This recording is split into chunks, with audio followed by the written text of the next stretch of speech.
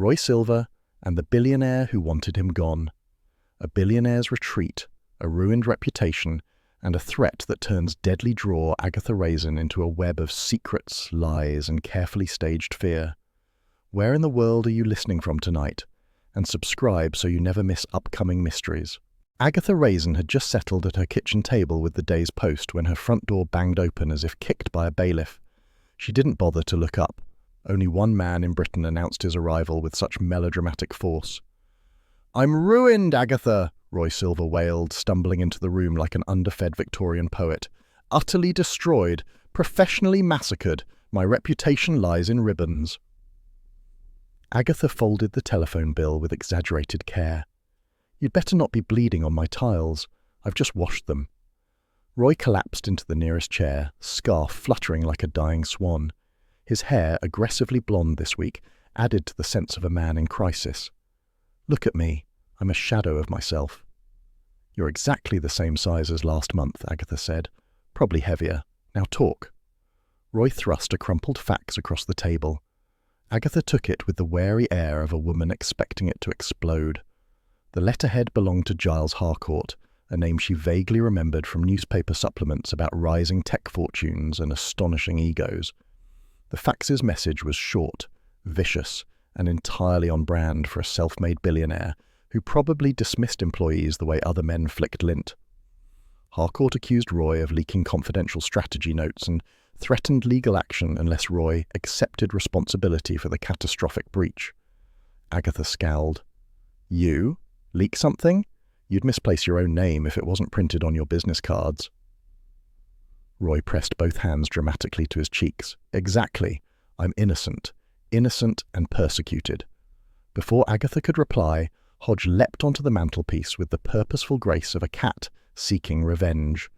One flick of his tail, and Agatha's framed WI certificate crashed onto the hearth. "For heaven's sake," Agatha snapped. "Even my cat's joining the mutiny." Hodge stared back with lofty disdain, then settled himself among the knickknacks as if he owned the house. Roy dabbed at his eyes. He senses tragedy. Animals always know. "Animals know when someone's being ridiculous," Agatha said. "Right. Start at the beginning." Roy inhaled shakily. "I was hired by Harcourt to reinvent his public image for a huge announcement, a total transformation from cold-hearted mogul to approachable visionary, clean lines, soft jumpers, mild authority. I worked miracles, actual miracles." Agatha raised one eyebrow. "And?" "And then," Roy continued, "during a corporate dinner, one of the guests mentioned Harcourt's late business partner. Harcourt went white, chalk white, ghostly, like he'd remembered leaving the gas on. The entire room noticed."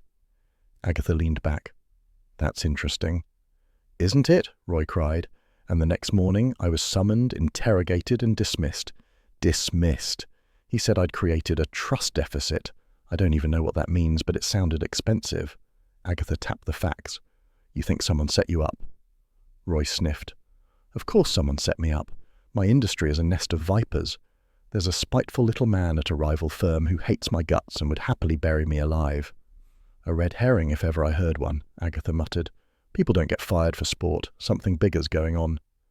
Roy brightened slightly. "You always understand me." "I understand trouble," Agatha said, "and this reeks of it." Roy stood abruptly, knocking over a chair. "And now he's uninvited me from his media retreat.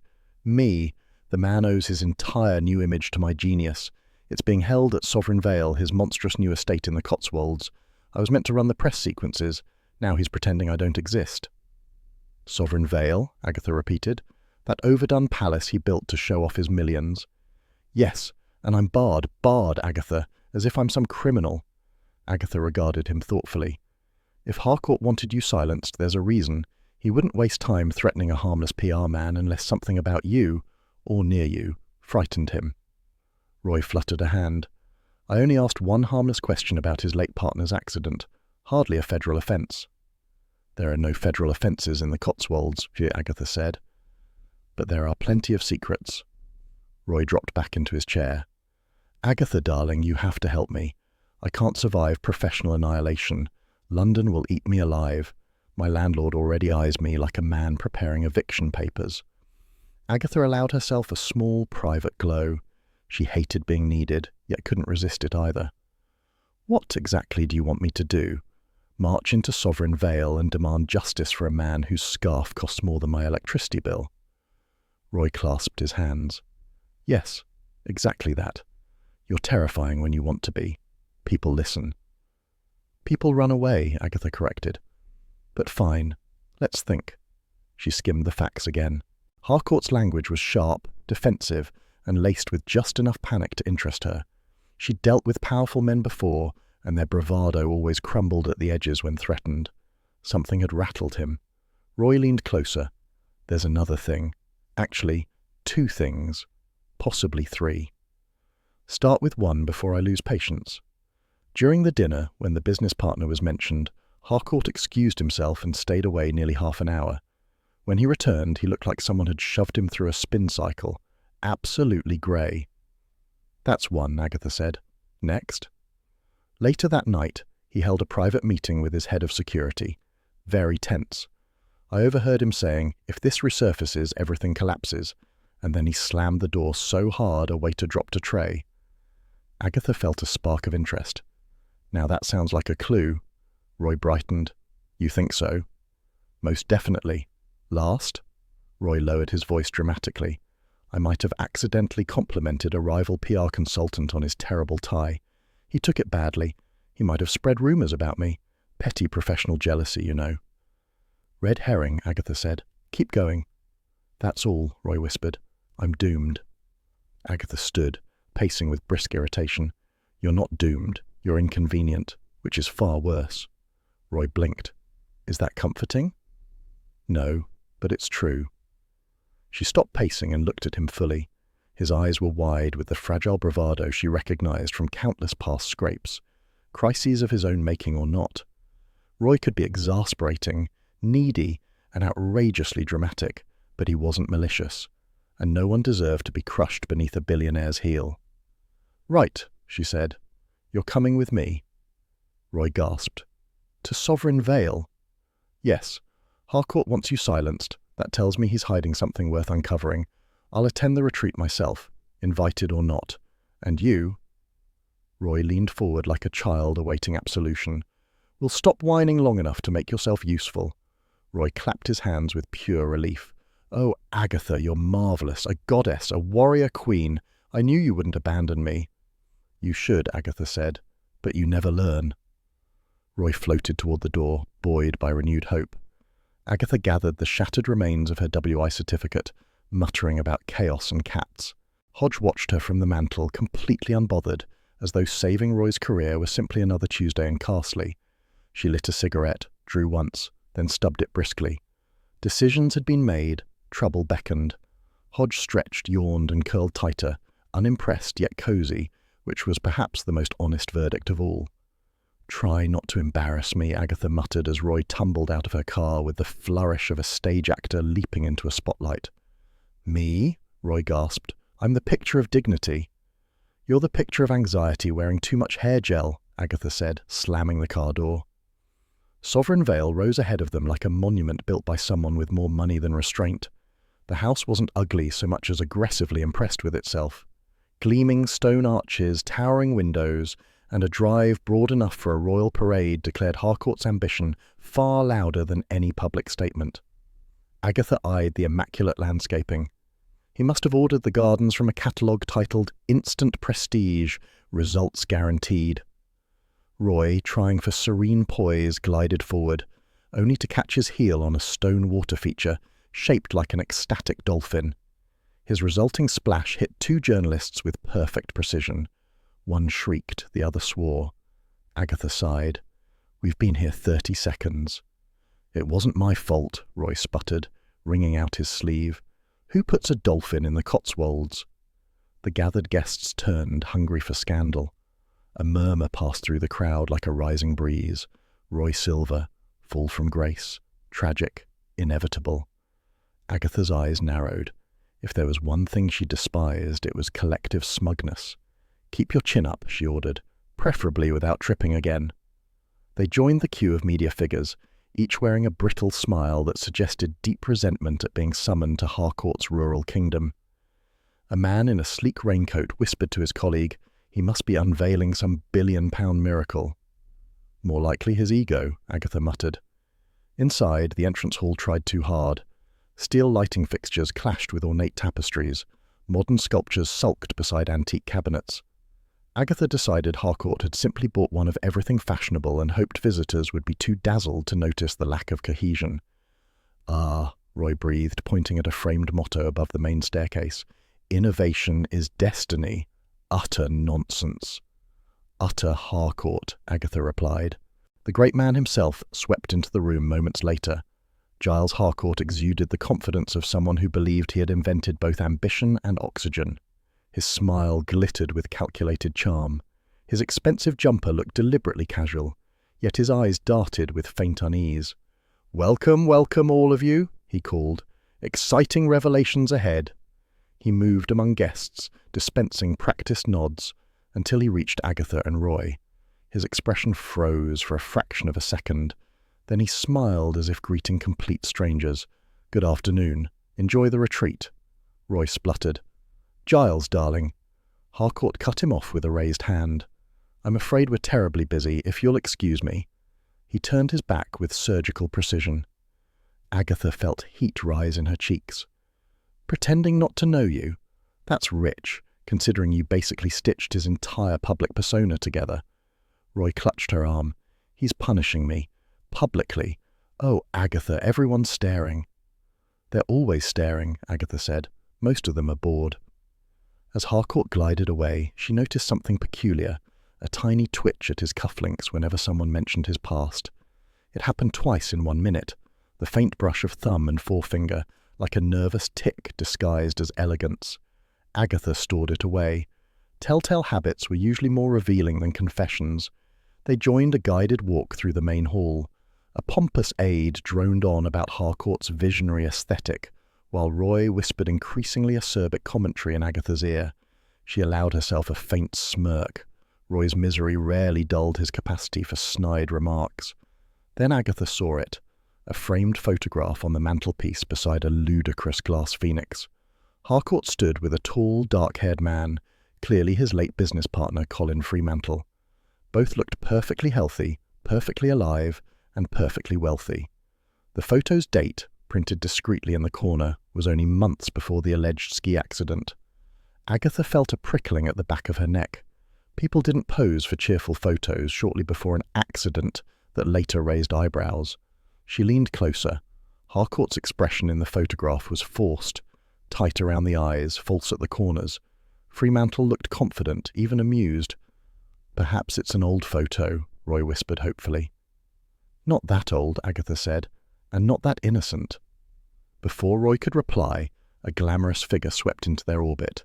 She wore a scarlet coat, towering heels, and an expression of unearned superiority. "Oh, look," she drawled, fixing her gaze on Roy, "the saboteur himself." Roy flinched. "Pardon?" "You sabotaged my restaurant column last year," she declared, "leaked my scathing review before publication." "I did no such thing," Roy cried. "Your review leaked because you left it at a wine bar." Agatha intervened. "He's telling the truth, and even if you weren't, there are more pressing matters than your bruised vanity." The critic huffed and stalked off, leaving a trail of expensive perfume and indignation. Agatha scowled after her. Red herrings wore high heels and threw tantrums, apparently. They followed the crowd toward Harcourt's Innovation Pavilion, a structure he insisted would change British media forever. From the outside, it looked more like a glossy greenhouse suffering from delusions of grandeur. Roy sighed. "I should be organizing the press sequence. I was meant to curate the visual impact." "Stop wallowing," Agatha said. "If Harcourt thinks he can silence you, he's mistaken." "You think someone's framing me?" "I think Harcourt has a secret," Agatha replied, "and secrets always leak, sooner or later." Inside the pavilion, Harcourt stood at a podium, issuing polished promises about technological revolutions and visionary futures. Agatha found herself unimpressed. She'd met enough self-important men to recognize when one was inflating his own legend. Harcourt's carefully modulated voice held the rhythm of someone performing sincerity rather than feeling it. Agatha turned to examine the decor again and caught the flicker of movement from an upper corridor beyond the pavilion. A shadow, then a raised voice. Harcourt's voice, strained, sharp. "No more threats," he said. "This ends tonight." Agatha's pulse quickened. That tone was not for public consumption. Roy tugged her sleeve. "What did he say?" "Nothing he wants broadcast," Agatha murmured. The crowd slowly dispersed as Harcourt ended his speech with a flourish that felt rehearsed down to the eyebrow arch. Roy drifted beside her, face full of wounded pride. "He can't erase me," Roy whispered. "I made him human." "You made him marketable," Agatha corrected. "Human is an entirely different achievement." Roy attempted a shaky laugh. "Do you really think we can fix this?" Agatha studied the extravagant room, the curated lighting, the tension hovering beneath Harcourt's public shell. "I think we're already knee-deep in something bigger than professional insult." "And that's good?" Roy asked. "For me, yes." Agatha gave a tight smile. "For Harcourt, probably not." They headed back toward the entrance hall where staff bustled about with unnecessary urgency. Every surface gleamed, every corner shouted wealth, but Agatha sensed the fault lines underneath, hairline cracks waiting for pressure. Roy nudged her. "You're doing the thing." "What thing?" "The look you get when you smell a mystery." Agatha straightened. "I don't have a look." "You absolutely do," Roy insisted. "It's thrilling and terrifying in equal measure." Agatha ignored him, though her mouth twitched. "We're staying for the keynote tomorrow. Harcourt won't bar me, he won't dare." "And if he does?" Agatha shrugged. "I'll simply walk around him." At the door, she cast one last glance up the staircase toward the corridor where she'd heard Harcourt arguing. The house appeared calm now, but the stillness felt staged. Secrets hung in the air like dust caught in sunbeams, visible if one bothered to look. Roy shivered. "Can we go? I'm drowning in tension and bad interior decorating." Agatha allowed herself a rare, small laugh. "Come on then, we'll regroup in the morning." They stepped outside into the cool evening air. The estate glowed with curated warmth, but Agatha sensed something cold underneath, ambition edged with fear. Whatever ended tonight, she planned to know about it. Back home hours later, Hodge greeted them with a single unimpressed chirrup before hopping onto Agatha's favourite chair and scratching once pointedly. Agatha removed her shoes, muttering, "Even my cat knows Harcourt's trouble." Hodge flicked his tail, settling like a furry judge delivering a verdict she already knew to be true. "Please tell me Harcourt isn't planning another speech," Agatha muttered as she marched into the breakfast hall the next morning. She'd barely crossed the threshold when the answer presented itself. Harcourt stood at the centre like a ringmaster, smiling with the dangerous confidence of a man about to stage a public execution. Roy hovered beside Agatha, clutching a cup of tea he clearly lacked the courage to drink.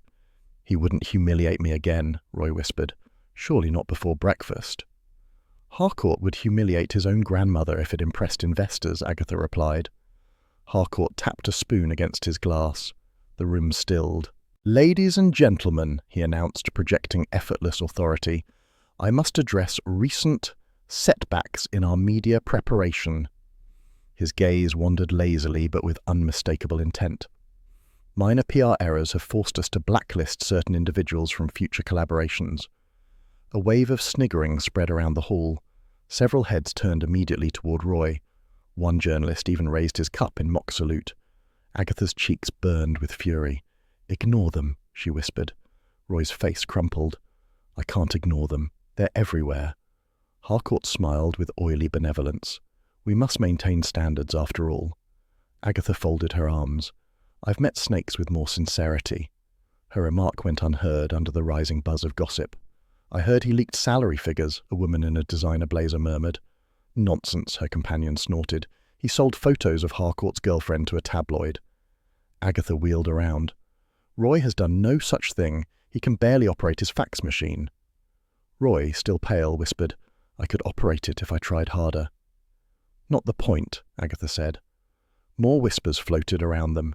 Accusations multiplied with gleeful creativity. Someone even claimed Roy had hacked Harcourt's laptop, which was absurd, given Roy sometimes forgot his own passwords. Before Agatha could deliver a cutting retort, Harcourt glided past. She caught the faintest smirk at the corner of his mouth. That deliberate cruelty, so calmly performed, tightened something in her chest. The man enjoyed this. Still fuming, she followed Roy toward the pastry table, where an assistant scurried about with nervous energy. To Agatha's sharp ear he muttered, "Hope he survives today," though whether he meant Harcourt or Roy was unclear.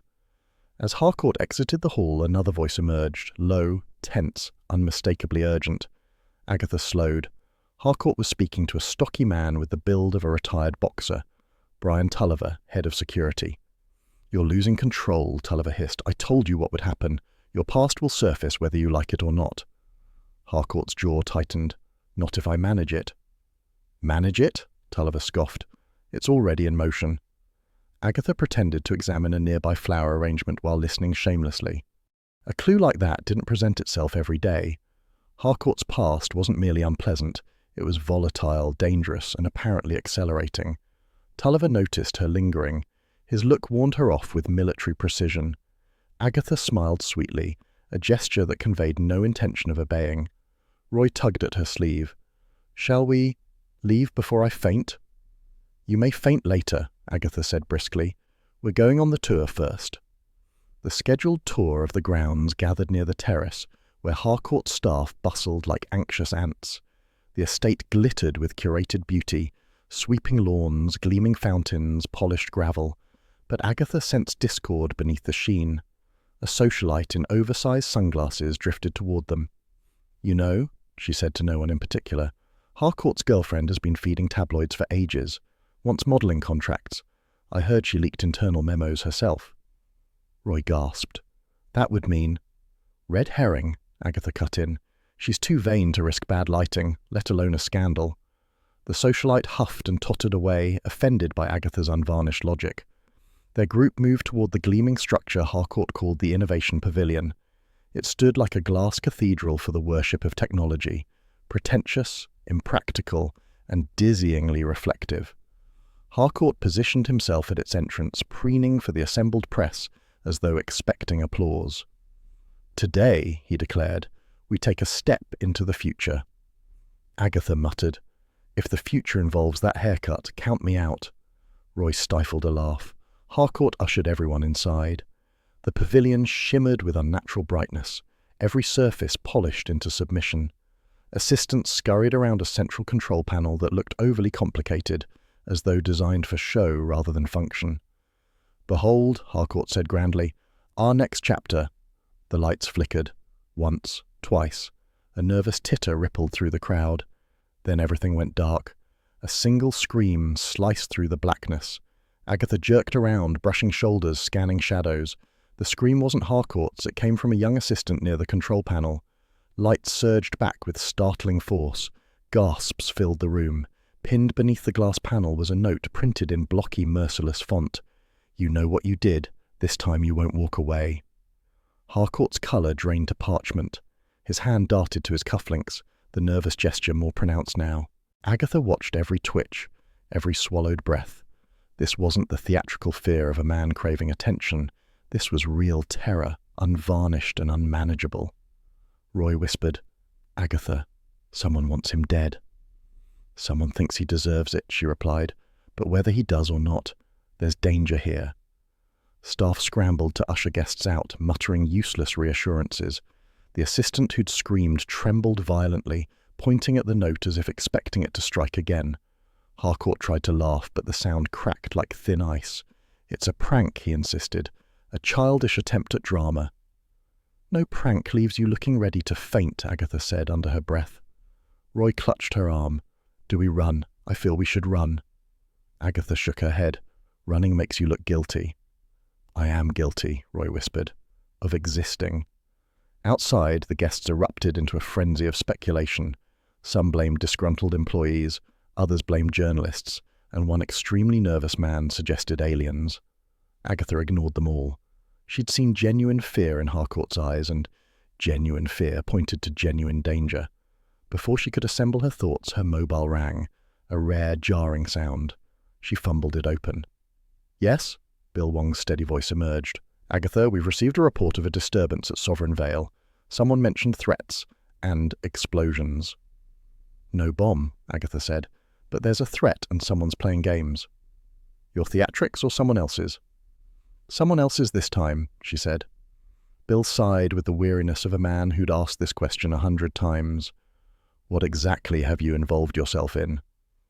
Agatha glanced toward the pavilion, where Harcourt now hovered like a hunted animal. Nothing, she said. Everything. I'll explain later. Agatha. But she'd already ended the call. Her heart ticked faster than she liked. Harcourt's fear wasn't imagined. Someone wanted him gone, and the closer Agatha stood to Roy, the more tangled the danger became. She exhaled slowly, steadying herself. Come on, Roy, we're not leaving. Roy whimpered. I'd rather leave. You'll survive, Agatha said. She didn't add, I hope Harcourt does.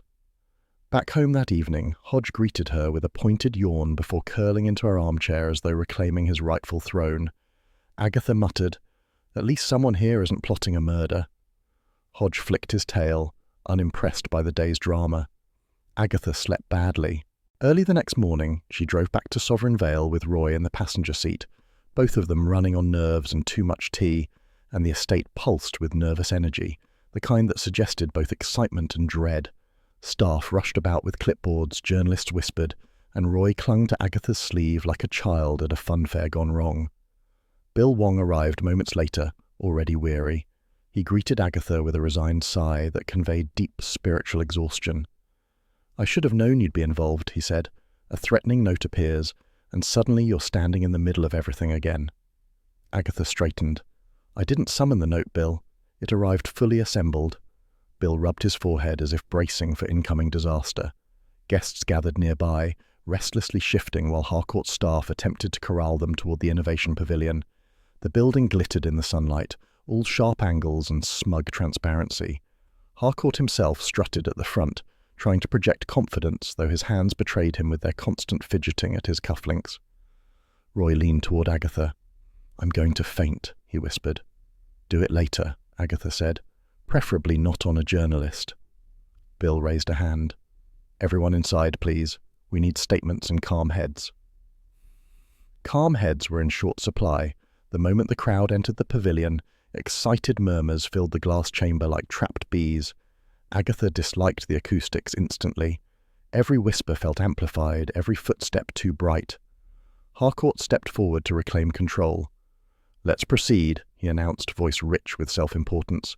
There's no danger. Just... A furious crackle erupted overhead. Sparks burst from a ceiling panel, scattering bright fragments across the floor. Guests screamed, diving for cover as lights stuttered in frantic pulses around them. Agatha shielded her face, pushing Roy behind one of the structural beams. The explosion wasn't massive, but it was dramatic enough to send adrenaline skittering through the room.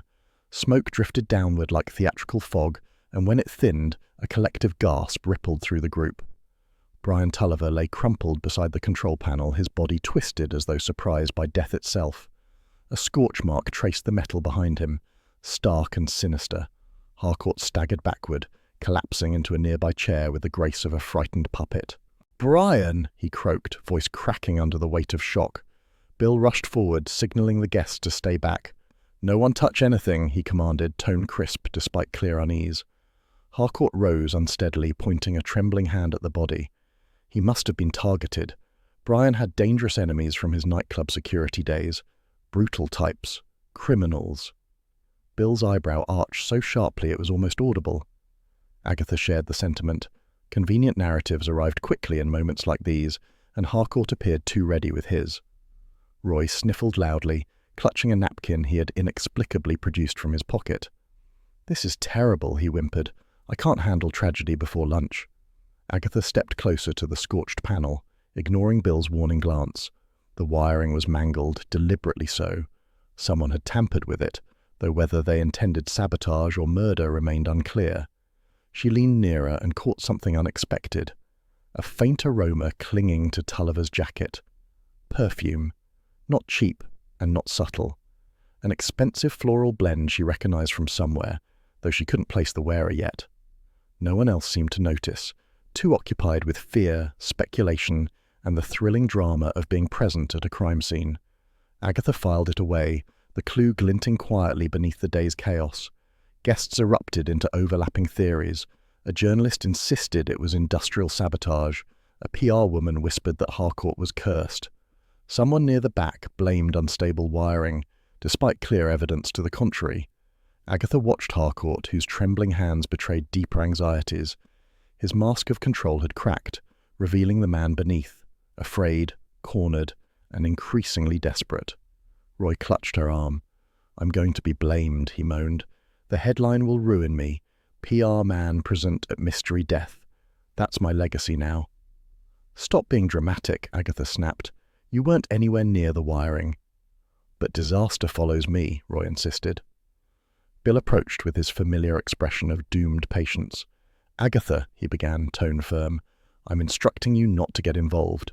This is a police matter, and I don't need you muddying it." "I'm not muddying anything," Agatha said. "I'm observing.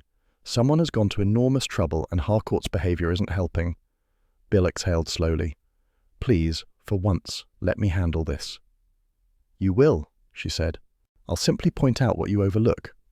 Bill closed his eyes briefly, the way a man might before diving into icy water.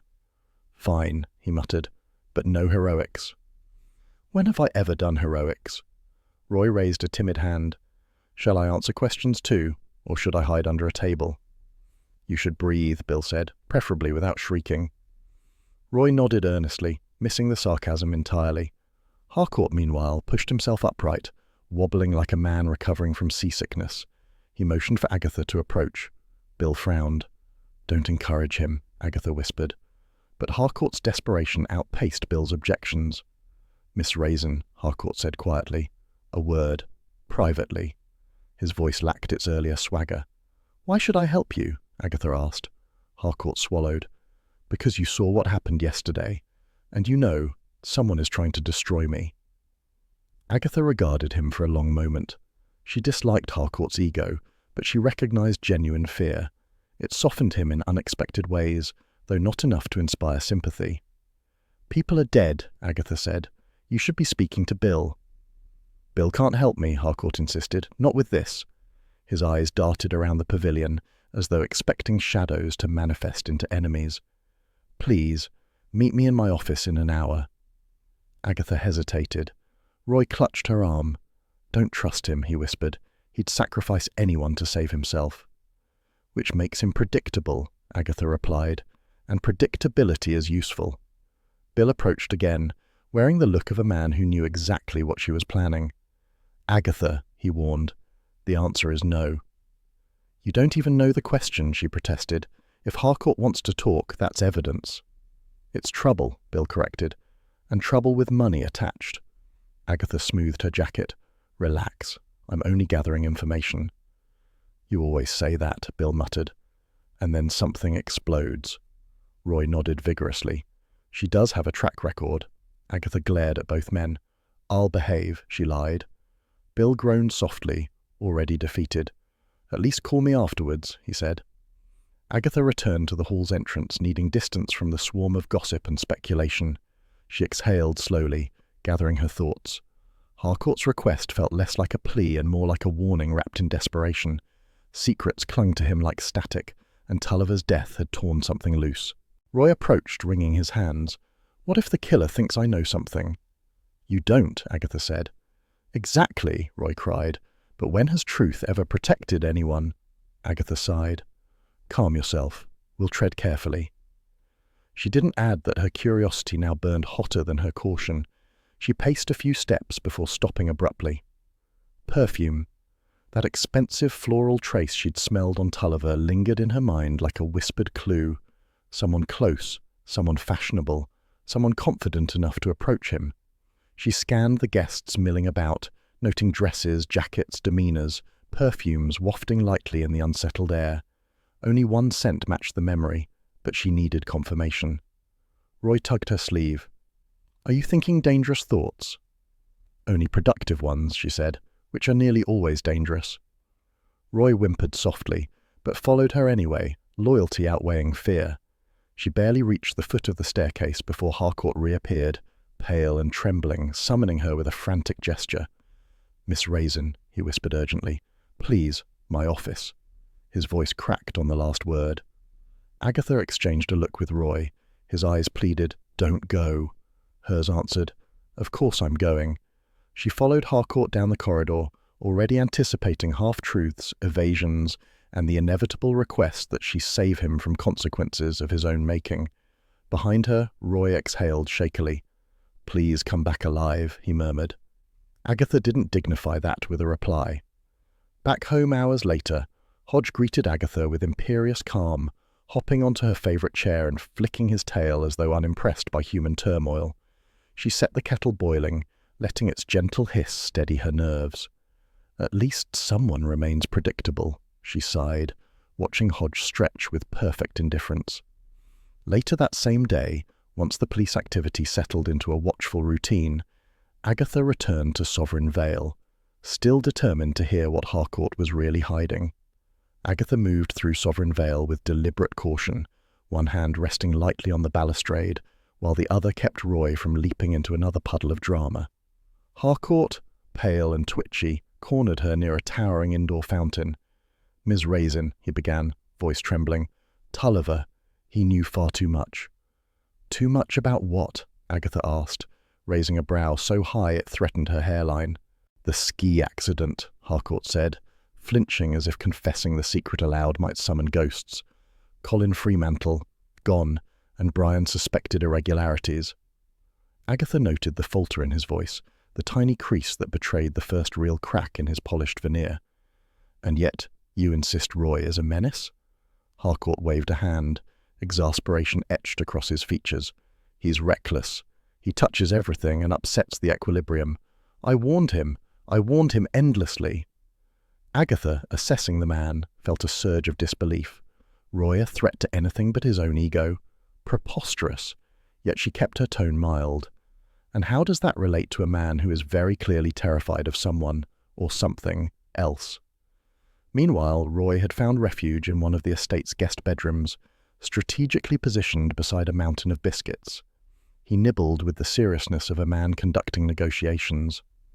"I don't understand," he said, crumbs falling like tiny snowflakes. "Fremantle once tried to get me on a project before Harcourt cut me out. Branding. Nothing lethal.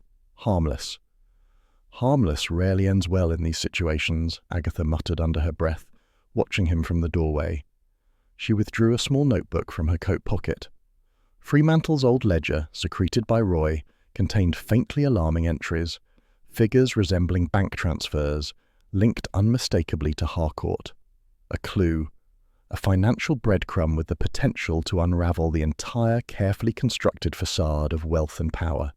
Roy looked up, crumbs dotting his chin. "I kept it in case, well, someone asked." Agatha pinched the bridge of her nose. "You, my dear boy, are like a magnet for complications."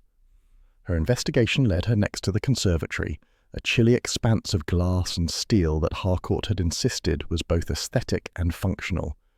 She found Tamsin Levington watering an impossibly delicate orchid. Every time Agatha asked a question, Tamsin's eyes flicked anxiously toward Harcourt's office, only to return with calculated innocence.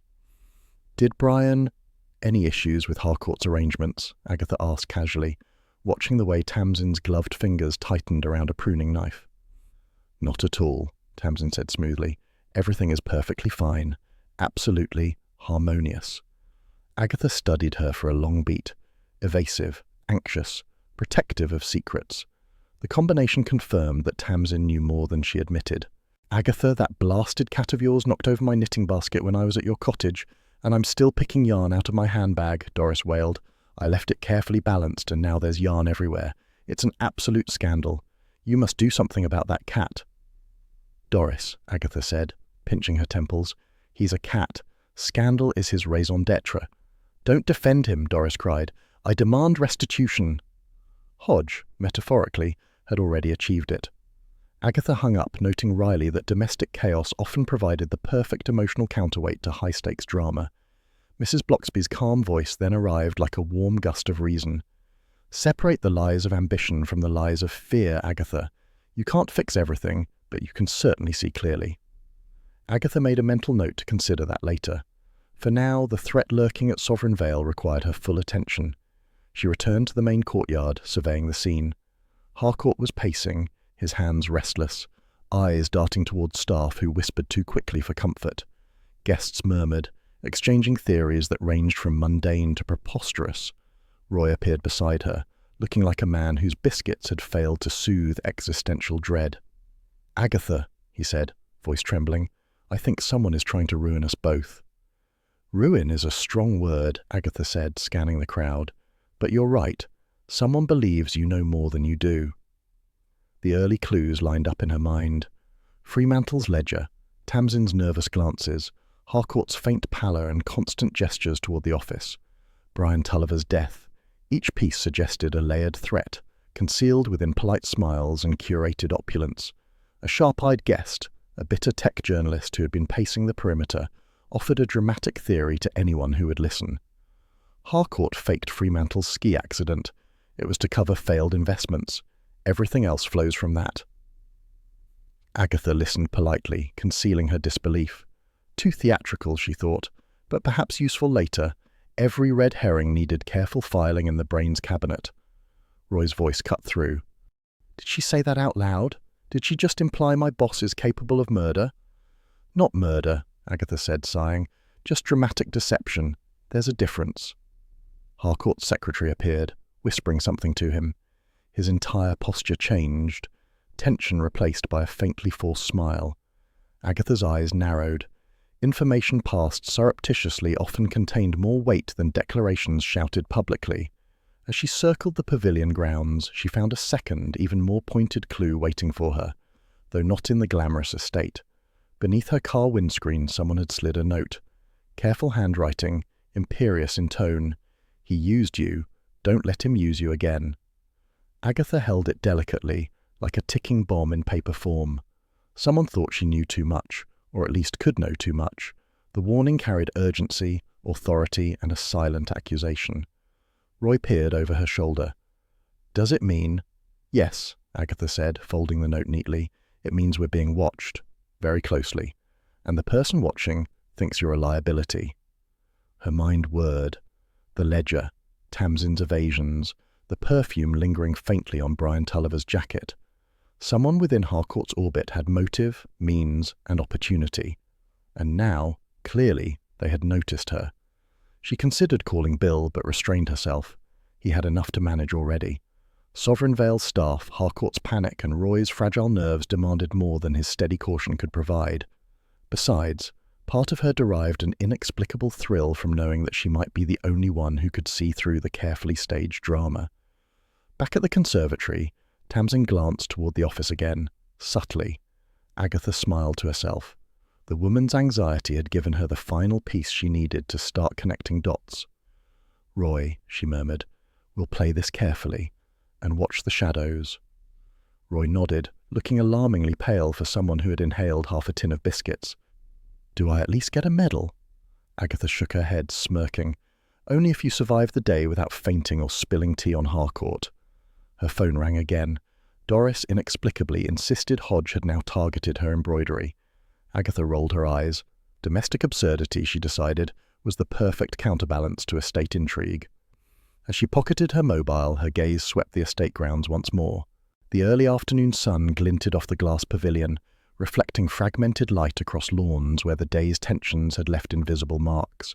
Shadows lurked, secrets waited, and one thing was unmistakable. Someone intended to manipulate events, and Agatha's presence had now become part of the equation. Hodge, metaphorically, might have approved. He had yet to intervene, but he would, in his own feline way, when the time was right. Agatha tucked the threatening note into her coat and straightened. Bill would call again soon, demanding updates and scolding her for curiosity. But she was ready. Whoever thought she was being used had underestimated her. She muttered under her breath, remembering Hodge's indifferent purr back home. "Let them watch. Let them worry. I always do best under observation." Hodge responded with a deliberate yawn, curling onto her ankle as though granting approval, the only true companion who didn't fumble, hesitate, or overcomplicate matters. Agatha smiled faintly. The puzzle was getting sharper, and she intended to be the one to solve it. "I happened to be in the area," Charles Fraith announced as he stepped from his red sports car, the wheels squealing a little on the gravel. Agatha's eyes narrowed. "In the area," she repeated with the tone reserved for preposterous excuses. "You mean you were summoned by a frantic PR man and thought it convenient to dress it as coincidence?" Charles threw his hands up. "Perish the thought. I simply wandered by, lured by the architecture, the scandal." He winked. Agatha felt the faintest twinge of irritation. The man could charm a vicar out of his sermon notes. Roy, still pale from the pavilion incident, approached. "Charles! Thank heavens. I couldn't face Harcourt alone. I might faint again." "Then faint in the corner, my dear fellow," Charles said casually. "I'm here to investigate." Agatha raised one eyebrow. "Investigate?" She did not trust him to open a door without creating a minor international incident. "Precisely," Charles said, brushing imaginary dust from his lapels. "I gather information, form hypotheses, and ensure justice prevails." He sauntered toward the pavilion with the ease of a man strolling through a particularly tedious museum. Agatha followed, half amused, half annoyed. The pavilion shimmered under mid-afternoon light, glass panels gleaming like frozen water. Harcourt hovered at the centre, still pale, still jittery, as assistants fussed about with the ruined control panels. Charles immediately dropped into investigative mode, scanning the floor and corners with exaggerated scrutiny. "Observe," he murmured. "No one here has moved, no dust disturbed. Harcourt's alibi must be airtight or deliberately constructed." Agatha noted his precision with muted admiration. "And if it's deliberately constructed?" she asked. "Then we unravel it," he said. By noon, Charles had uncovered something curious. Among the debris near the ceiling panel, tucked behind a structural column, lay a discarded pair of latex gloves. Too clean, too deliberate. They suggested manipulation rather than accident. Agatha's pulse quickened. That was no ordinary oversight. That was a calculated action, and the gloves were a message. She filed the clue carefully in her mind. Meanwhile, an overly eager assistant pointed toward Roy. "I thought I saw Mr. Silver near the power grid before the explosion," he said. Roy flinched. "I was in the loos rehearsing my explanation," he protested. "Precisely my point," Agatha muttered. Red herrings were rarely so blatant yet dangerously effective. Guests began whispering, speculation rippling through the air like an electric current. Roy, the innocent, was suddenly the most convenient suspect. Agatha dragged him aside. "Stop flailing. Focus on survival and discretion." Roy inhaled shakily, gripping a biscuit for comfort. "I feel I should be hiding under the nearest chaise lounge." "Not an option," Agatha said. "The chaise lounge does not offer legal immunity." With Charles documenting the pavilion's interior, Agatha decided to pursue another lead. She drove to Moreton-in-Marsh, a small market town nearby, to locate Colin Fremantle's old accountant. The man's office smelled faintly of stale tea and ledger dust. He was a methodical, slightly forgetful individual, but his memory of Fremantle's plans was sharp. He intended to expose Harcourt, the accountant said, adjusting his spectacles. Misuse of company funds, suspicious transfers, all noted. If only he had compiled everything formally before his accident. Agatha's mind raced. This added motive, a compelling narrative thread linking past to present, and suggested someone within Harcourt's orbit might have feared exposure. Returning to Sovereign Vale, she spotted Tamsin Levington near the conservatory. The perfume on her wrists matched the faint floral trace Agatha had smelled on Brian Tulliver's jacket. Subtle, but enough to suggest proximity and knowledge. Was it romantic interest, financial collusion, or both? Agatha didn't yet know, but she filed it carefully. Charles, still at large and theatrically mysterious, joined her near the pavilion edge. "We need to observe before acting," he said. "Patterns emerge in the dark." "You mean before someone notices us?" Agatha said. "Details matter," Charles replied, "and darkness is detail's natural habitat." She reluctantly agreed when he proposed a discreet break-in to Harcourt's office after dusk. "I am not thrilled by this," she murmured, "but your logic is tolerable." Roy, hovering nervously, clutched her arm. "Do we at least have a plan for if we're caught?" "We'll deny everything convincingly," Agatha said, "and maintain dignity at all costs, even if dignity feels imaginary." By evening, the estate was quiet, shadows stretching across the lawns like tentative fingers. Harcourt's office, a sleek modern space filled with papers and impossibly polished surfaces, seemed untouched, yet the air thrummed with tension. Charles moved toward the side window, gesturing for Agatha to follow. "We observe before we enter," he whispered. "Patience is elegance." Agatha exhaled. "I prefer action to elegance, but will comply." The night deepened. Lights inside the office glowed faintly through the blinds. Figures moved behind the glass, almost imperceptibly. Agatha's eyes caught one shadow, deliberate and confident, crossing the lawn. Someone was watching them. Roy jumped. "Should we retreat?"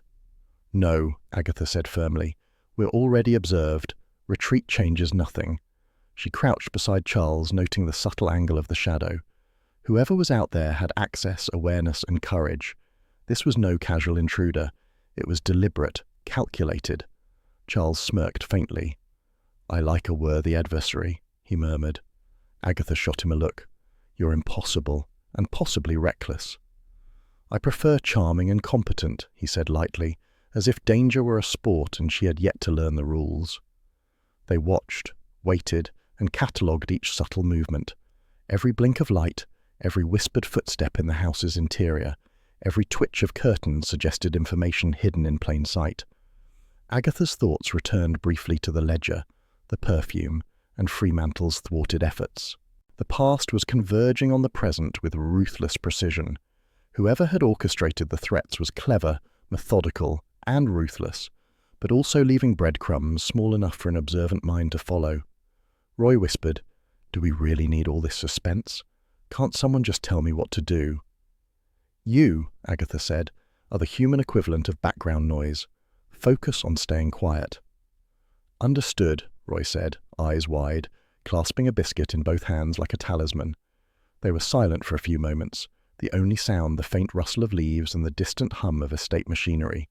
Hodge, far away in Carsley, would have been mildly unimpressed by their stealth and urgency. Finally, Charles nodded. "Now we move," he said.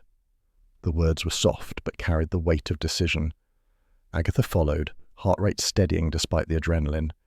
They inched forward, careful not to disturb any light sensors or security devices that might betray their presence. A shadow shifted again across the lawn. Agatha froze. Whoever was out there had seen them, or suspected their approach. The risk added tension, but also focus. Every sense sharpened, every detail became vital. The chapter closed as they reached the window. Beyond it, the office waited. Papers, secrets, and Harcourt's carefully cultivated world. And outside, someone continued to watch. Agatha's pulse quickened. They were on the threshold. The next steps would demand precision, observation, and courage in equal measure. Roy swallowed audibly beside her. "I feel this is where calamity meets my presence." Agatha smirked faintly. "Calamity will have to wait. Hodge is probably asleep anyway." And indeed, somewhere back in Carsley, Hodge was stretching luxuriously, wholly unconcerned with billionaires, intrigue, or Roy Silver's perpetual anxiety. Agatha glanced at Charles. "Ready?" "Always," he replied, with that infuriating casual confidence that somehow suggested victory was already half theirs. With that, they prepared to enter Harcourt's office, stepping carefully into a night threaded with danger, observation, and revelation. "Try not to knock anything over," Agatha hissed, following Charles toward Harcourt's office. He grinned, brushing a stray lock of hair from his eyes. "I operate with grace," he said. Grace, she suspected, was entirely optional. The office itself was a clash of steel and dust. Modern, gleaming surfaces collided with ledgers thick enough to hurt one's hand. Sunlight reflected harshly from chrome fittings, while dust motes lingered stubbornly in corners like offended witnesses. Agatha's eyes narrowed at the sheer arrogance of it all. "All this shine and no comfort," she muttered. "The perfect environment for secrets to fester." Charles hummed tunelessly as he moved from desk to desk. Agatha's patience, already thin, stretched further. "Do you have to hum?" she whispered. "It's maddening." "It soothes the mind," Charles replied cheerfully, "and danger deserves cheer." Agatha suppressed a groan. Danger deserved alertness, caution, and discretion, not a baritone medley of indecipherable tunes. The first clue revealed itself almost immediately. A set of company documents lay scattered on a side table. Agatha picked them up, scanning each line with practiced precision. Funds, diverted into a private account jointly held with Tamsin Levington. Not romantic whimsy, but deliberate partnership. Financial ties far deeper than casual flirtation or inheritance schemes. Charles peeked over her shoulder. See, I told you. Connections, partnerships, intrigue. Delicious intrigue. Agatha folded the papers neatly. I'm aware of the connection, Charles. Now let's not wave it about like a flag on a battlefield. The second clue surfaced as she rifled through a drawer, finding a fax receipt. Date: 2 days before Tulliver's death. Content: a terse warning to Harcourt about disclosures. Someone within the estate, or close to it, had threatened exposure. An exposure, she suspected, would have severe consequences. Charles leapt onto a chair to glance out the window. Evidence, my dear Agatha. Marvellous evidence. Marvellous if it doesn't get us caught, she muttered. Then she stumbled across a dramatic note, neatly folded, almost theatrical. Meet me where Colin died. Charles's eyes gleamed with certainty. Proof. Absolute proof of foul play. Agatha, ever practical, shook her head. Or a melodramatic ex-lover's overwrought attempt at closure. Don't leap to murder before logic arrives. The sound of footsteps echoed down the hall. Agatha's heart rate ticked up. She gestured to Charles and they flattened themselves behind a filing cabinet, careful not to scrape metal against the floor. Tamsin appeared, glancing furtively over her shoulder. She rifled through drawers with a desperation that seemed oddly genuine. Where did he put it? She muttered, voice tight, eyes darting nervously. Papers shuffled, pens clattered, and then, as suddenly as she had arrived, she fled the room. Charles rose, chest puffed with triumph. Aha! The guilty flee! Agatha narrowed her eyes. Fleeing does not equal guilt. Fear does, and that is what we just observed. The office still smelled faintly of floral perfume. Familiar, delicate, just like the trace she had detected on Tulliver's jacket earlier. Her mental files clicked into place. There was proximity, knowledge, anxiety, a connection forming that might explain more than any of them yet suspected. Roy's voice echoed faintly from the corridor, muffled by distance. Should I check the roof? I feel that's where danger gathers. Stay put, Agatha called softly. Do not gather danger. Danger is not polite. The hum of electricity returned as the lights flickered back on. Shadows shifted. The air felt charged. Charles tapped the filing cabinet impatiently. Now we proceed with precision. Agatha's eyes scanned every surface. Papers, ledgers, electronic devices, even the corners where dust gathered. Each item carried potential secrets. Each movement of her colleagues or staff might betray intent. Finally, they exited the office. Hushed whispers of other guests met them. The corridor seemed narrower, somehow claustrophobic, shadows thick against the wall. And there, waiting as if he'd materialized from thin air, was Bill Wong, arms folded, expression immovable.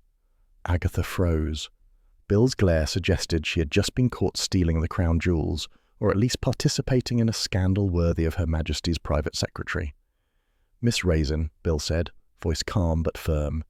I expected better judgment. What on earth are you doing in Harcourt's office?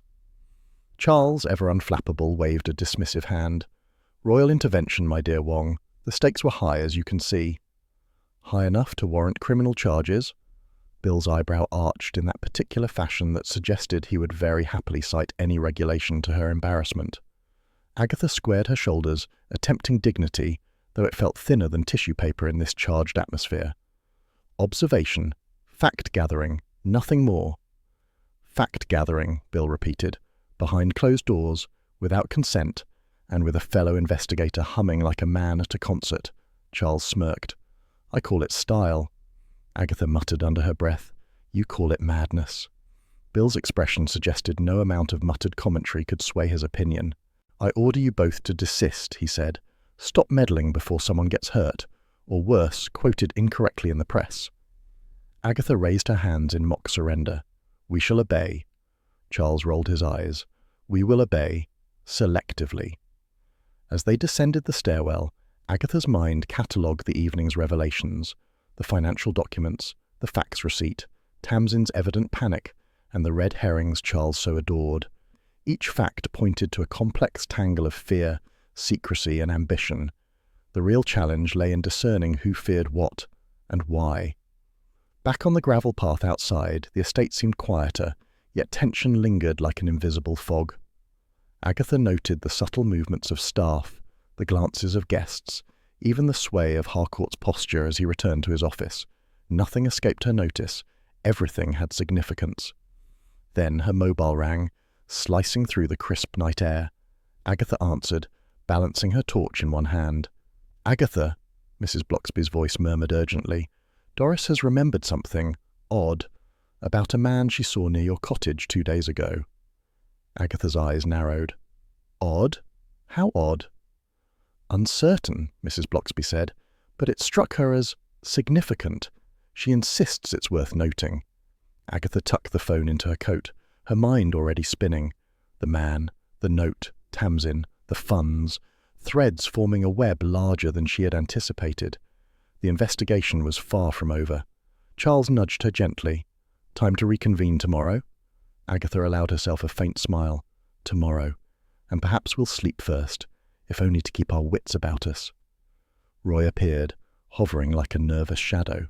"Do we have a plan?" "Yes," Agatha said firmly. "Keep quiet, watch shadows, and for goodness sake refrain from fainting." He nodded solemnly, biscuits held like talismans of courage. Back in Carsley, Hodge yawned luxuriously, stretching on Agatha's favourite chair. She allowed herself a brief grin. Domestic calm, however small, softened the tension of Sovereign Vale.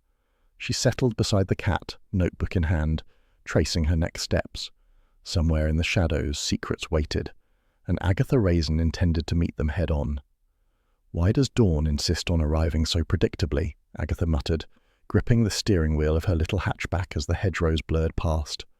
Carsley lay quiet, all slumbering cottages and curling tendrils of wood smoke, and for the first time in 3 days, she felt something close to normal.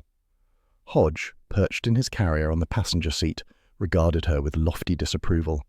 He blinked once, a single eyelid slow and judgmental, before curling against the cushioned interior as though the day belonged entirely to him. Agatha made a note to reward him later. Mrs. Bloxby awaited her in the kitchen, teapot steaming, biscuits arranged with the same precision that made her WITs infamous. "Good morning," she said. "You look as if you wrestled with insomnia and lost." "I wrestled with Sovereign Vale," Agatha replied, "and lost. Twice." She poured herself a cup, inhaling the comforting aroma. "Doris saw something yesterday," Mrs. Bloxby said gently, lifting her chin. "A man loitering outside your cottage. Tall, dark coat, London shoes far too clean for our mud." Agatha's interest piqued. She had already noted every hedge, every lane, every potential hiding place in her mind, but now a witness confirmed an intruder. "Did she manage a description beyond sartorial absurdities?" she asked. Mrs. Bloxby handed her a scrap of paper. "He dropped this as he fled. Seems careless." Agatha unfolded the note carefully. The pencil markings were neat, almost clinical, a Zurich phone number. Her mind ticked. Fremantle's last known contact point before his ski trip. A link, perhaps tenuous, yet far too compelling to ignore. Roy appeared behind her, dishevelled and sheepish, balancing a pile of chocolate biscuits. "Breakfast?" he offered. "I think I might be a stabilizing presence."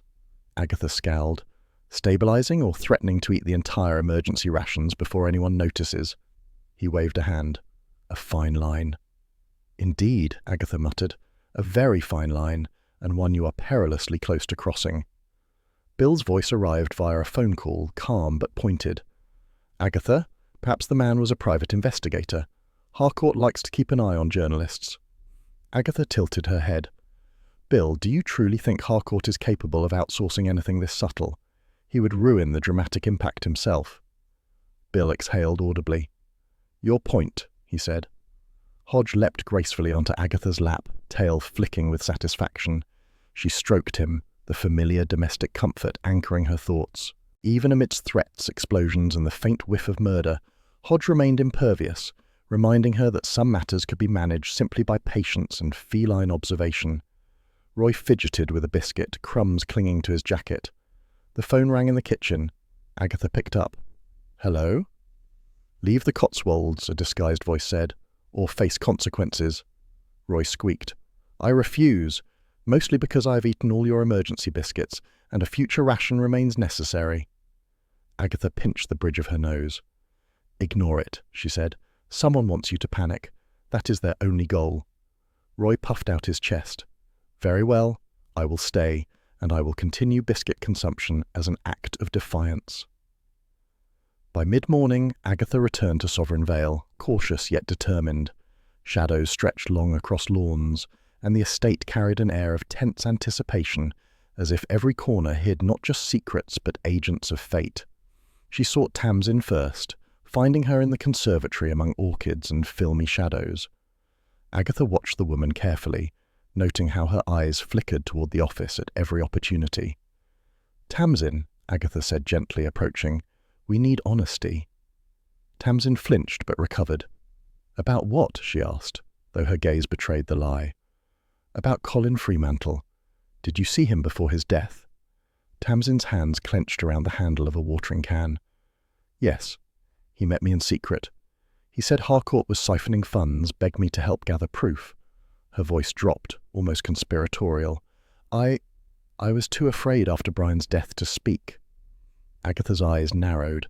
Danger and motive were now intertwined, a thread she could trace. Harcourt's veneer of panic made more sense in context. He wasn't merely arrogant or theatrical. He had enemies who knew secrets that could ruin him financially and socially. "Thank you," Agatha said, forcing a neutral tone. "That helps clarify the situation." Tamsin nodded and fled, leaving Agatha with her thoughts and a faint trace of perfume. That fragrance, familiar from Tulliver's jacket, confirmed what she had long suspected. Connection, proximity, knowledge. Charles appeared beside her, leaning casually against a marble balustrade. "I've catalogued shadows, noted trajectories of footfalls, and have concluded that all visible patterns point toward intrigue," he said cheerfully. Agatha's patience wavered. "Charles, please," she said. "I require analysis, not humming observations of elegance." He grinned. "Elegance is observation, my dear. But yes, analysis is next." Harcourt appeared, calling all remaining guests to the terrace. Twilight softened the edges of the estate, casting long silhouettes across lawns and fountains.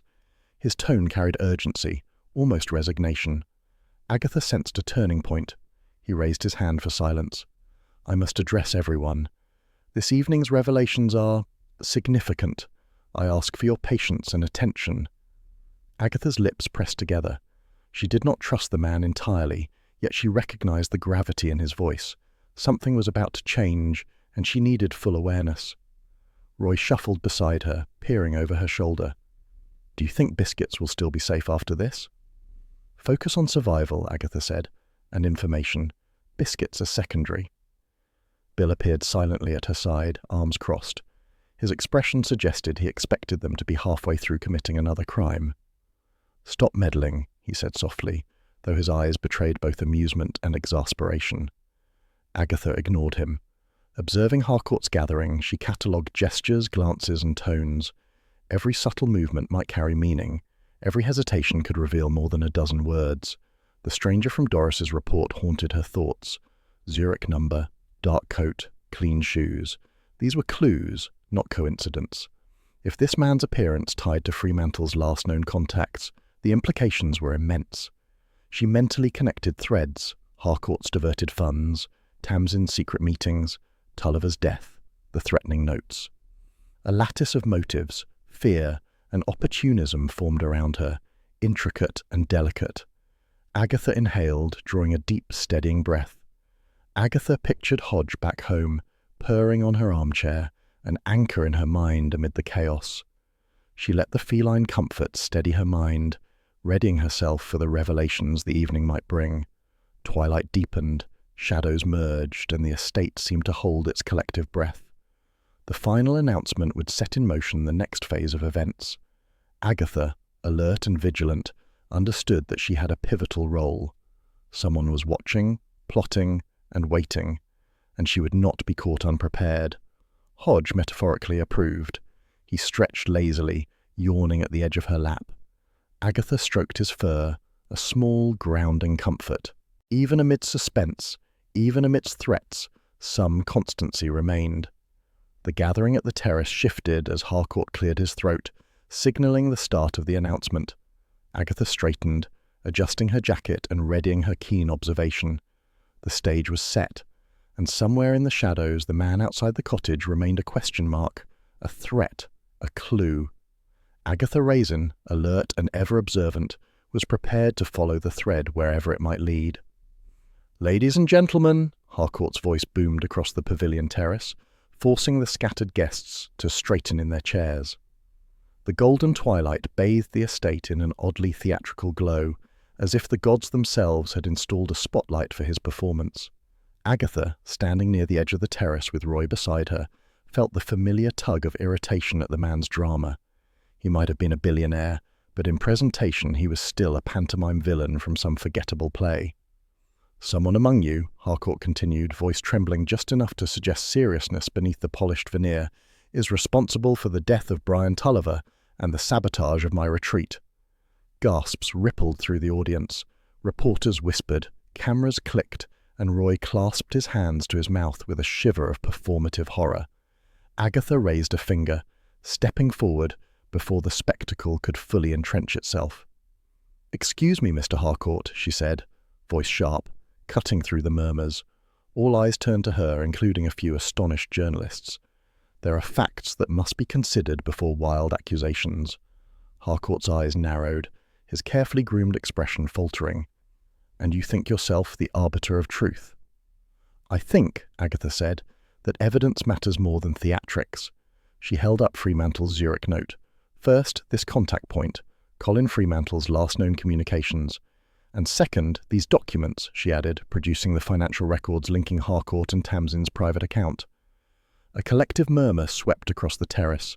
Some guests leaned forward. Even Roy blinked, momentarily forgetting to clutch his biscuits. Harcourt's pallor deepened, fury simmering behind the polished mask.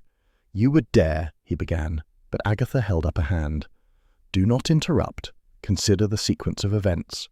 She continued, outlining the consolidated clues. Tulliver had discovered the financial irregularities, confronted Harcourt and threatened exposure. Harcourt had reason to panic. The explosion at the pavilion, the tampered wiring, the threatening notes, all pointed to someone exploiting this tension. A few guests gasped audibly at the revelation. "But the gloves," one whispered. "Who could have planted them?" Agatha raised an eyebrow. "Exactly. That, and the perfume faintly detected on Tulliver's jacket, linked him to someone present. Combined with the fax warning sent days prior, we know the threats were real, but misdirection had been applied." Harcourt's voice rose in indignation. "Tulliver was stealing. He sabotaged me. He deserved everything he got." Agatha's expression tightened. "Mr. Harcourt, those claims are demonstrably false. The evidence you hope to conceal is consistent. Tulliver discovered your fraud and threatened disclosure. The perfume, the shared account with Tamsin, and the Zurich correspondence all corroborate this sequence. Your story about theft and sabotage collapses." Charles leaned close to Agatha, whispering, "I do enjoy seeing the smugness evaporate." Agatha shot him a dry look. "Focus, Charles, this is delicate." The crowd, now tense and leaning forward, whispered among themselves. Roy squirmed, noticing Tamsin edging away, trembling visibly. He leaned toward Agatha, whispering, "Is she the culprit?" Agatha shook her head. "Fear, not malice. Observe, don't accuse." Tamsin's glance toward the office window betrayed nothing more than anxiety and a wish to avoid the spotlight. Agatha's eyes returned to the gathered guests, considering motive, opportunity, and access. Then she turned sharply, addressing the assembly. The person responsible had access to security systems, intimate knowledge of Harcourt's vulnerabilities, and awareness of Fremantle's evidence resurfacing. The sequence of events demonstrates calculated intent, and the individual who orchestrated the pavilion incident, she paused, letting tension build, is none other than Mr. Harcourt himself. A stunned silence fell. Some guests gawked, others whispered frantic questions. Harcourt's face drained of colour, his polished composure cracking into sharp disbelief. What are you insinuating?" he stammered, voice faltering. "That you engineered the explosion," Agatha continued, "to silence Tulliver and frame a convenient scapegoat among the press corps. The planted gloves, the tampered wiring, and the documents in your office all point the same way, and your motive aligns perfectly with the discovery of Fremantle's financial trail." Roy's jaw dropped and he fell backwards theatrically, catching himself in Charles's arms. "Not me," he gasped. "You, Mr. Silver," Agatha said gently, "are not the perpetrator. You merely attract chaos like a magnet." Harcourt began sputtering indignantly, waving his hands as if to disperse an inconvenient truth. This is preposterous. Lies. You have no proof." Bill stepped forward, silent until now, and spoke with crisp authority. "Harcourt, we dusted those gloves on sight. Your fingerprints are on them. That puts you right next to the tampering. That puts you too close to the tampering. Circumstantial evidence aligns with timelines and motive. The pavilion wiring tampering was your design." A collective gasp erupted. Cameras clicked. Journalists whispered feverishly. Harcourt's face turned a shade of crimson that bespoke both fury and profound embarrassment. "I swear," he barked, attempting composure, "you will all regret this. I will—" He dashed for his sports car, a final desperate flourish of dignity. The vehicle accelerated too quickly on the gravel and collided gently with a decorative fountain, sending water cascading across the terrace in an inelegant arc. Harcourt emerged, drenched and furious, dignity thoroughly drenched alongside him. Roy, still clinging to Charles, whimpered, "I knew it would end badly." Agatha allowed herself a faint, dry smile. The spectacle was complete. Billionaire drama had collided with justice in a mess of water, humiliation and adrenaline. Charles dusted his hands together, clearly pleased with the outcome. "I call that elegance, though in an unconventional format." Agatha raised an eyebrow. "Unconventional indeed, and costly for someone's pride." The crowd murmured approval, whispers of scandal mixing with relief. Harcourt was contained now, shouting threats while being escorted to awaiting security. The tension that had thickened the estate all day finally began to dissipate. Roy sat up, attempting composure, and sniffled. "So, all safe?" "As safe as anyone who meddles at a billionaire's estate can be," Agatha said. "Now breathe, everyone, especially you, Roy, and perhaps someone should invent a chocolate rationing protocol." Bill approached, glancing at the pair with a mixture of exasperation and amusement. "Miss Raisin, Mr. Silver," he said, "if I ever catch you in a private office without proper authority again, there will be consequences. Consider this a warning." Agatha inclined her head. "Noted, Bill. I'll attempt decorum in the future." Charles smirked. "Decor? What's that?" Roy muttered, "I need biscuits," and Charles, ever indulgent, retrieved a small packet from his coat. Agatha hid a smile. Even in chaos, some comforts remained. Harcourt, meanwhile, was escorted away, spluttering indignation and vowing revenge. His final threat was aimed at Roy, who collapsed theatrically into Charles's arms, prompting another round of whispers and quiet laughter from the assembled guests. Agatha exhaled, allowing the tension to leave her shoulders. She surveyed the terrace. Golden twilight lingered, painting the estate in warm, forgiving tones. The scandal was resolved, justice meted out, and the intricate web of deception unravelled. Hodge, back in Carsley, or at least present in spirit, would have approved. She could imagine him stretching languidly on her chair, tail flicking, indifferent to high drama, yet silently judging. She retrieved her coat, adjusting it with a flourish, and let the satisfaction of a problem solved mix with a faint, lingering irritation at human foolishness. Guests began to disperse, murmuring about scandals, heroics, and who might write the best story for the morning paper. Agatha, at the edge of the terrace, allowed herself a small, wry smile. "And so," she murmured, "order restored, dignity slightly dampened, and Roy's reputation, well, let's see if biscuits can redeem it." Charles leaned beside her. "All in a day's adventure?" "Merely another," Agatha replied dryly, though perhaps one of the wetter ones. The last rays of twilight glinted off the fountain, casting sparkling arcs across the terrace, and in that fleeting calm, Agatha felt the day's victories settle around her like a comforting cloak. She turned to Roy, Charles, and the remaining guests. "Now, let's not forget, observation matters, preparation matters, and biscuits matter most when one survives billionaire theatrics." Roy nodded solemnly. "I shall honour the biscuit principle." Agatha allowed herself one final glance at the chaos behind them. Harcourt, fuming but contained, the press buzzing with notes and cameras, and the estate itself magnificent and absurd in equal measure. At home in Castley, Hodge would stretch in perfect contentment, the kettle would sigh, and Mrs. Bloxby's voice would remind her that, however dramatic the day, domestic normality and the occasional scandal was eternal. And Agatha Raisin, ever alert, ever calculating, allowed herself a rare smirk. Justice, humiliation, and human folly, perfectly balanced. "Roy Silver, do you have a statement for us?" a reporter called, waving a recorder in his general direction. Roy, still pale from earlier events but brimming with dramatic flair, took a deep breath. "Ladies and gentlemen," he began, arms flung wide, "let it be known that I am innocent of all accusations." He spun on his heel as if in a theatre, prompting a flurry of clicks and scribbles. Agatha watched from the sidelines, arms crossed, a mixture of pride and irritation tightening her jaw. Roy could charm a tax auditor out of compliance, she reflected, yet he had the grace of a soap opera actor performing Shakespeare. He continued, addressing the assembled media. "My involvement in Mr. Harcourt's affairs was strictly professional. Any rumours of misdeeds were, how shall I put it, dramatic exaggerations." The crowd leaned in, and Roy's operatic delivery held them rapt. Agatha resisted the urge to roll her eyes. "Operatic," she muttered, "but effective."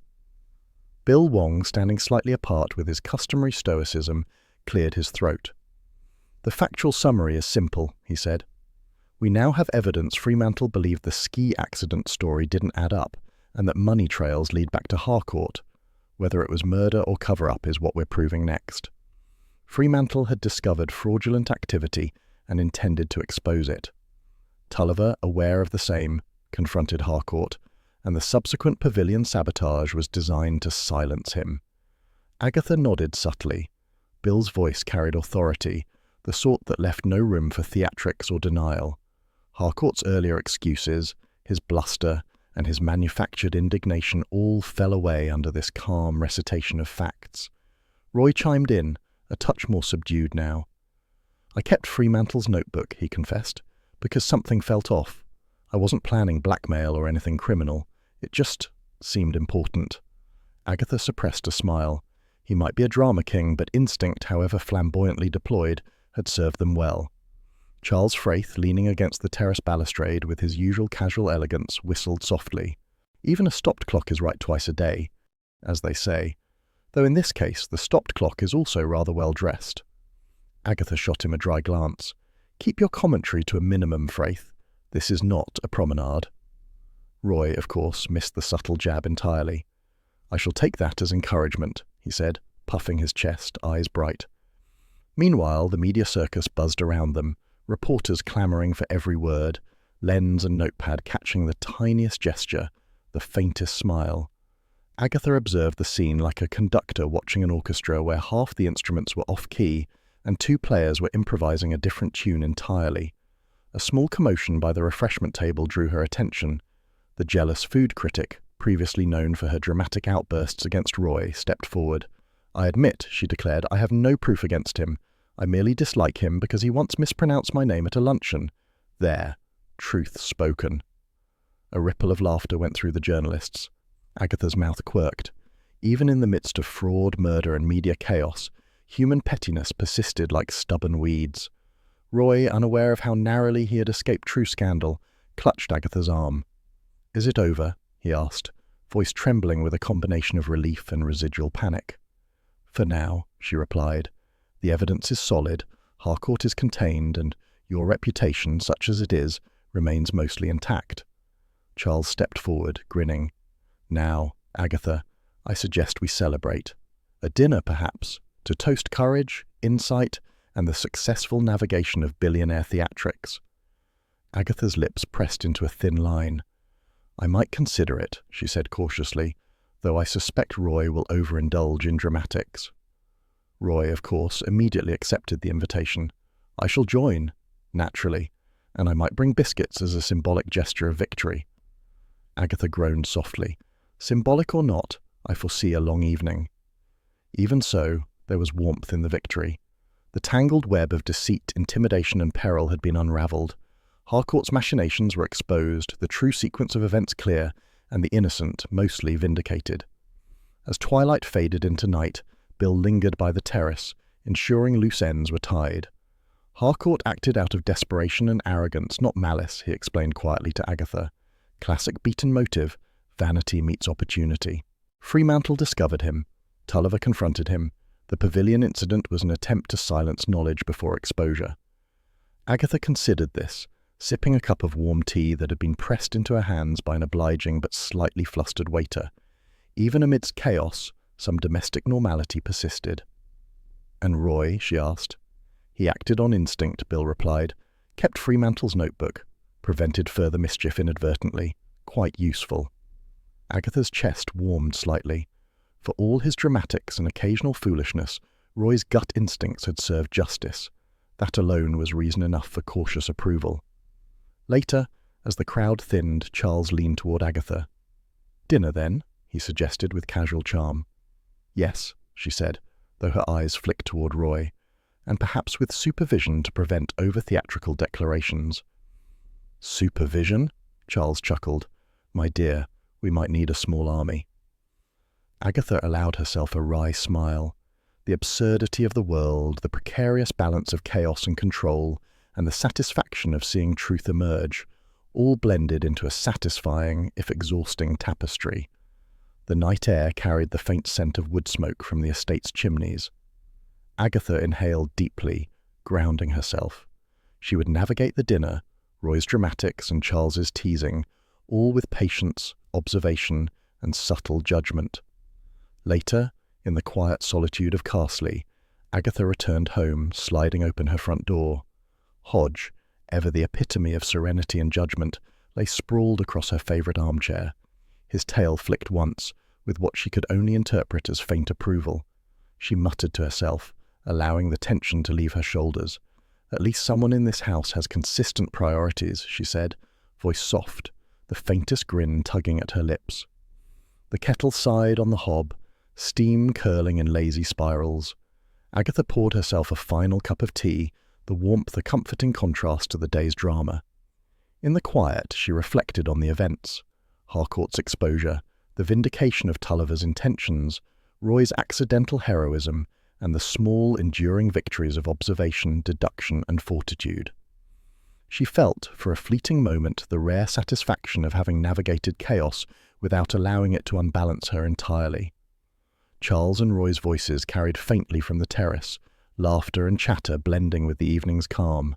Agatha permitted herself one last glance at Hodge, his serene eyes watching her as though judging her capacity for mischief, courage, and occasional patience.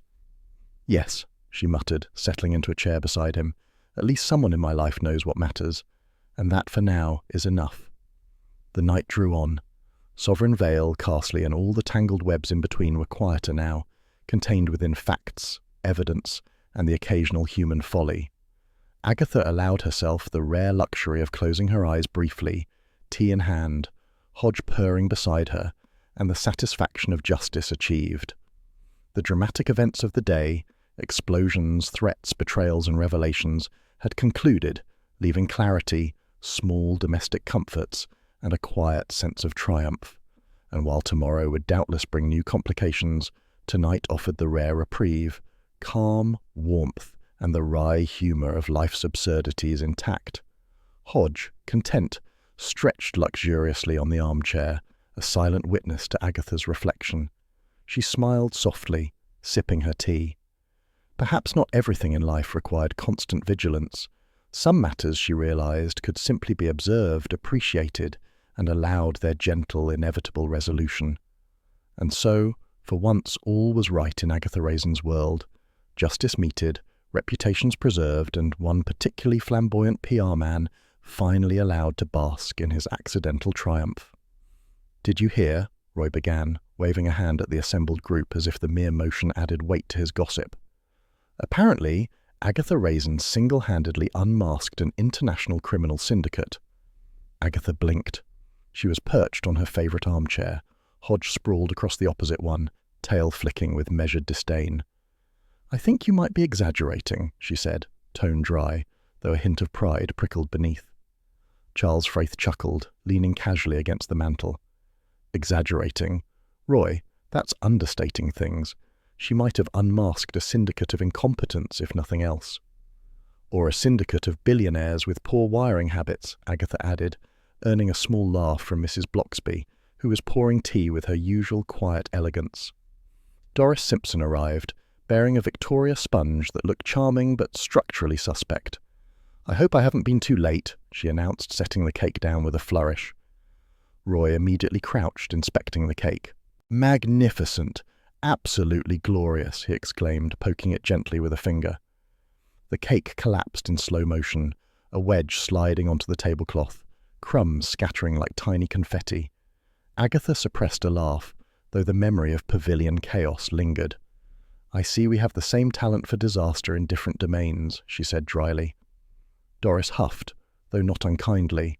"It's the thought that counts, Roy." Agatha poured herself a small measure of gin, the amber liquid catching the lamplight. "Indeed," she said, circling her thoughts back to calmer reflections. A small gathering, tea and gin, a collapsed cake. It was hardly the chaos of Sovereign Vale, but somehow still felt important. Roy clutched a biscuit in one hand, napkin in the other. "You know," he said, "I've been offered 3 new clients already, solely because of Harcourt's scandal. Apparently notoriety is the new marketing tool." Agatha raised an eyebrow. "Infamy suits you, Roy. You wear it like a designer scarf." Charles smirked. "Oh, come now, Agatha. Don't tell me you're jealous of his sudden fame." Agatha's cheeks warmed. "Jealous? I am merely observant and cautious. Yes, cautious." She sipped her gin, eyes flicking to Roy, who grinned broadly, oblivious to any tension. Mrs. Bloxby, ever the voice of gentle wisdom, leaned forward slightly. "Agatha," she said softly, "you always rise to defend those you care for. That is what has mattered here, and it has saved someone from ruin." Agatha swallowed, keenly aware of the compliment and the weight it carried. She wanted to deflect. "I suppose one must intervene when one observes utter incompetence, yes?" Mrs. Bloxby smiled knowingly. "Perhaps, but also because you care more than you let anyone see." Agatha changed the subject with the subtlety of a cat knocking over a teacup. "Gin, anyone? I have enough to soothe even the most dramatic of PR men." Roy naturally accepted immediately. "A toast to survival, justice, and, most importantly, biscuits." He waved his small, chocolate-stained hand for emphasis. Charles raised an eyebrow. "I shall toast to discretion, and to having survived the week without exploding any more pavilions." Agatha allowed herself a small smile. There was satisfaction in routine after chaos, even if the chaos had been gloriously messy and undeniably theatrical. The evening wound on with quiet chatter. Doris attempted to reconstruct the Victoria sponge, Roy provided commentary on every biscuit, and Charles teased gently, the atmosphere light and convivial. Even Hodge seemed at peace, tail flicking once, a connoisseur of domestic calm. Agatha eventually stepped outside for a quiet cigarette, inhaling deeply. The soft, castle-y twilight hung over the cottages, turning windows into tiny lanterns of warmth. She exhaled slowly, reflecting briefly on the week's events, the peril, the absurdity, and the occasional surge of pride at having navigated each disaster with some semblance of grace. Loneliness pressed briefly at the edges of her contentment, pride too, and the lingering nuisance of caring for others. But in the stillness, she permitted herself a measured sigh, the kind that acknowledged both effort and satisfaction. A shadow passed the doorway, tail aloft, firm and decisive. Hodge had appeared, summoned by instinct or expectation. He regarded her with those eyes that always reminded her of priorities, discipline, and the imperatives of feline judgment. "Very well," she muttered, voice soft but amused. "Even heroes deserve a peaceful night." She followed him inside, the warmth of the cottage embracing her as she closed the door. The quiet of Carsley enveloped the house, soft and forgiving. Agatha sank into her favourite armchair, Hodge stretching luxuriously beside her, reclaiming his throne with deliberate elegance. The domestic world, at least for now, was safe, ordered, and comforting. She glanced at the firelight flickering across the walls, at the small collection of newspapers that would no doubt spin the events of the week into legend, exaggeration, and scandal. Agatha allowed herself a private, faintly sardonic smile. Tomorrow would bring new challenges, new mysteries, and undoubtedly new chaos. But tonight, she permitted herself a moment of satisfaction. Justice had been served. Roy's reputation, mostly restored, was intact. Friends remained unharmed. And for once the domestic sphere, tea, gin, cake, and the serene presence of Hodge held sway over the day's dramatic echoes. She reached down, running a hand along Hodge's fur. He purred once, softly, a sound both approving and dismissive. Agatha leaned back, inhaling the warm, familiar sense of home, her mind already nudging toward the inevitable next adventure, though without urgency. "Sleep well, Hodge," she murmured. "We've earned this reprieve." The cat's tail flicked once in acknowledgement, eyes half closed in contentment. Agatha considered the week's events, threats, explosions, dramatic billionaires, and improbable PR heroes, and allowed herself a rare moment of quiet reflection. Perhaps she had made a difference, even in a small, chaotic, infuriatingly dramatic way. She exhaled slowly, the cigarette reduced to a stub, and allowed the peaceful night to envelop her. The cottages of Carsley rested, the estate's shadows softened by distance, and the small, intricate web of intrigue had, for the moment, been resolved. Agatha Raisin, ever alert, ever wry, ever slightly exasperated, settled fully into her chair. Beside her, Hodge sprawled luxuriously, tail curved as though proclaiming ownership over calm and domestic order. A new mystery would arrive, of course. It always did. But tonight, at least, the world was right. The tea was warm, the gin was sufficient, and Hodge was perfectly content. And that, Agatha thought, was as close to perfection as one might hope for in a life of vigilance, vanity, and occasional heroism.